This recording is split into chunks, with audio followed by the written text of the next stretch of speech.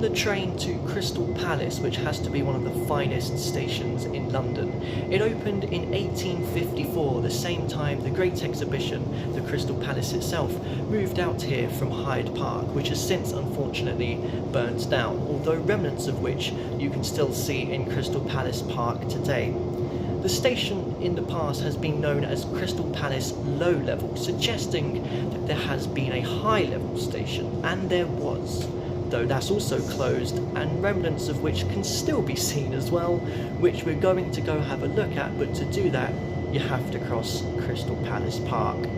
Quick look at Crystal Palace Low Level Station first though, which unusually has these signs rather than the traditional roundel you would get at overground stations.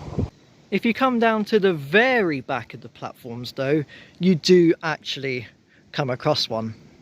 If you go through to the southern platforms, which are tucked over on the side, and walk down to the very end, you can come across another roundel, but that's a long walk and I'm not about to go all the way down there.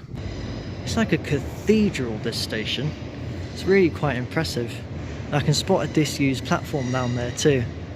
There's a sign on the outside of the station which gives the history I just told. Opened in 1854 by the West End of London and Crystal Palace Railway to serve the 2 million annual visitors to the relocated Crystal Palace. And immediately opposite, when you come out of the station, you can see a railway tunnel, which really just goes to show that yes, this is the low level area, and there's quite a steep path up the road to the bus station and the high level station, which I'm not going to take because there's a much better route through Crystal Palace Park instead, which has to be possibly my favourite park in London. So the wind ruined the audio of this next clip. Yeah, I love that the station brings you right out. So rather than make you suffer through it, I'll just say this as a voiceover.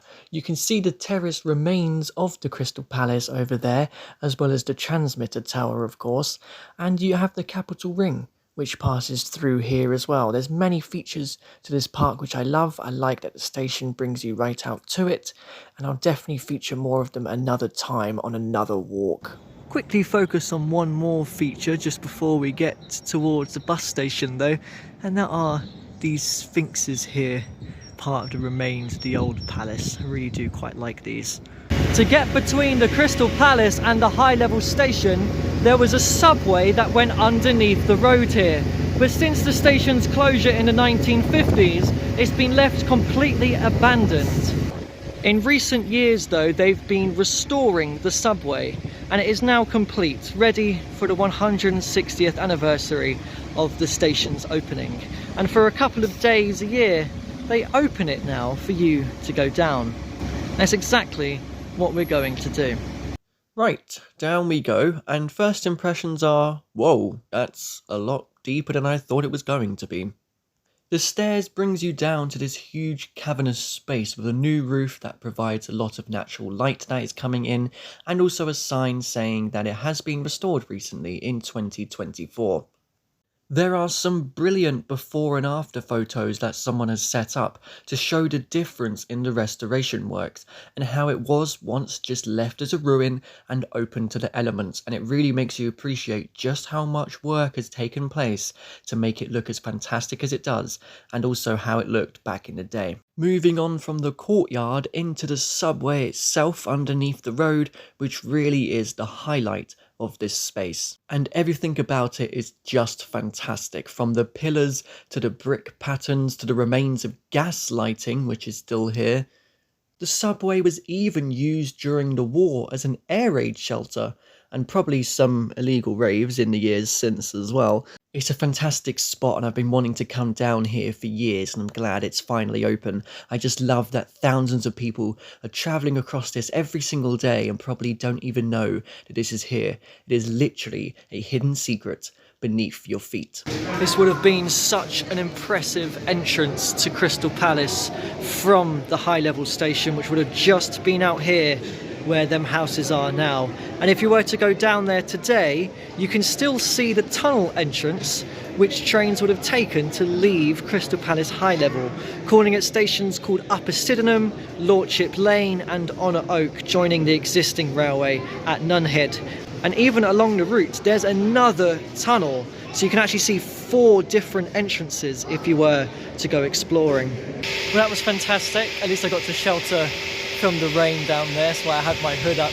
If you want to come and visit the subway yourself, the next open day is going to be the 20th of March. And now that I've done that, the plan really is to go and catch a bus from the bus station, the 358, which runs from here to Orpington Station, one of London's longest bus routes. And the reason why I'm going to catch it is because of a brand new bus that now runs on the route, known as a tram bus. It's an electric vehicle that uses a pantograph to charge up at both ends of the route, and it was introduced back in November 2024. You can see one over there, so it's coming in shortly. And I wanted to go for a ride on one of these. I mentioned it in the Bromley Open Day bus garage video not too long ago. And it was just a perfect opportunity that the subway was open today, and I can do that as well as the bus route. Something worth doing if it is raining out. Remember when I first came to Crystal Palace and I got off the number 3 bus, I saw this path that led straight into the park, and I took it and realised that actually Crystal Palace Park is a bit of a hidden gem, and I knew I would come back one day and explore it. I since have, and as I said, it's now become my favourite park in London. So the bus has pulled up and the driver has to perfectly align the bus using these 2 bumps in the road here so that it's sat right underneath the pantograph, which will take about 5 or 6 minutes to charge up the bus ready for the return journey to Orpington.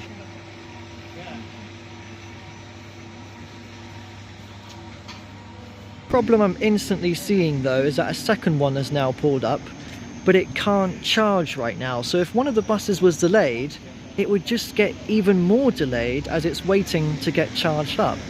It definitely has a very unique look, from its curved front and also the wheels basically being disguised as part of the bodywork of the bus.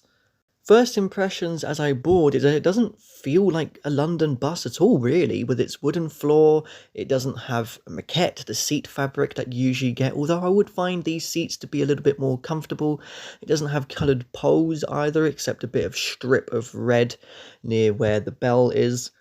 It's honestly a real shame seeing that it's already been vandalised, but the bus also has USB charging points, which is kind of a must nowadays. It also has a newer information screen rather than the traditional dot matrix screens you find on London buses. I like that it shows multiple future stops as well as how many there are all the way to the terminus, as well as how long it's going to take to get to future key destinations along the route. And I'm also a fan that there is one at the back exit doors as well. The reason why it says that it's going to Elmer's End is because the day before that's exactly what they were doing due to emergency Thames water repair works on Annerley Road. I did wonder whether because the buses need to regularly charge, whether they ever get curtailed anymore.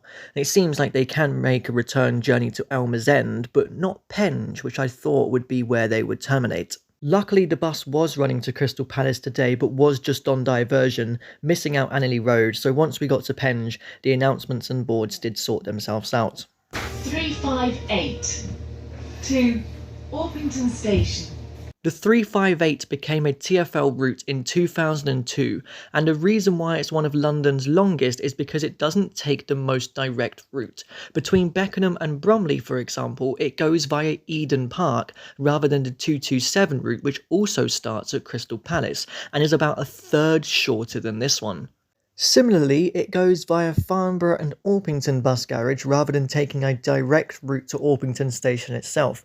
It also even does a loop to serve the Walnut Centre and the High Street. Something I found quite unusual as I was walking up and down to get video clips is that where the back wheels of the bus are clearly visible, you would usually have a step up to the back of the bus, but there wasn't. And also, the bell sounded like a normal house bell.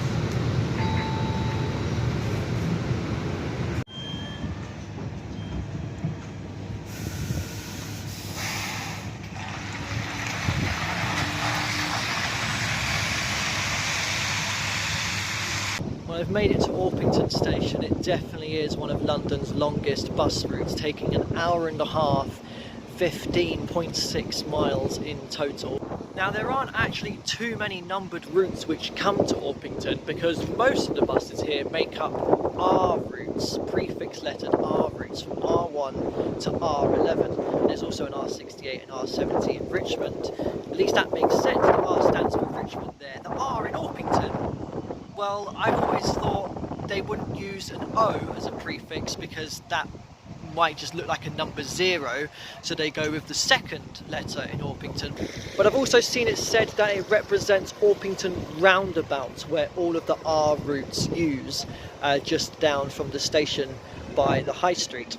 And I would say the highlight of doing all of London's bus routes was actually the R routes in Orpington, because a lot of them go down very small country roads. They're very infrequent, like the R5, R10, which you could argue is London's most infrequent bus route, as it runs every 2.5 hours, but it's a circular route and it's the one bus going back and forth doing clockwise and anti-clockwise, so technically it's every 75 minutes, which doesn't make it the most infrequent. And you also have the R8, which goes down to Biggin Hill, very similar thing, going through a little village called Down along the way. Pleasant little transport-based day out that was, but it is raining and yeah, I want to go home, so I'm going to go to the station now. Why didn't I wait until I got on the train to start speaking? That was a silly idea, standing out in the rain. What I wanted to say is that the perfect sequence of our routes from R1 to R11 might get broken up soon, as the R6 is proposed to be withdrawn. That's one of the shorter ones that runs just between Orpington Station and St Mary Cray, and is going to be covered by a rerouted B14, because yes, a Bexley Heath bus also serves Orpington here. 2 different prefix lettered routes serve Orpington. So you don't have too long for one last chance, one last ride on the R6. But I'm not doing that today. We've kind of come full circle from starting at one of the ends of the Windrush line at Crystal Palace to ending at one of the ends of the Windrush line here at New Cross, which has lettered platforms to distinguish it from New Cross Gate nearby. And also this section used to be part of the London Underground, and you can still actually make out an underground roundel on one of the CCTV cameras here on platform D.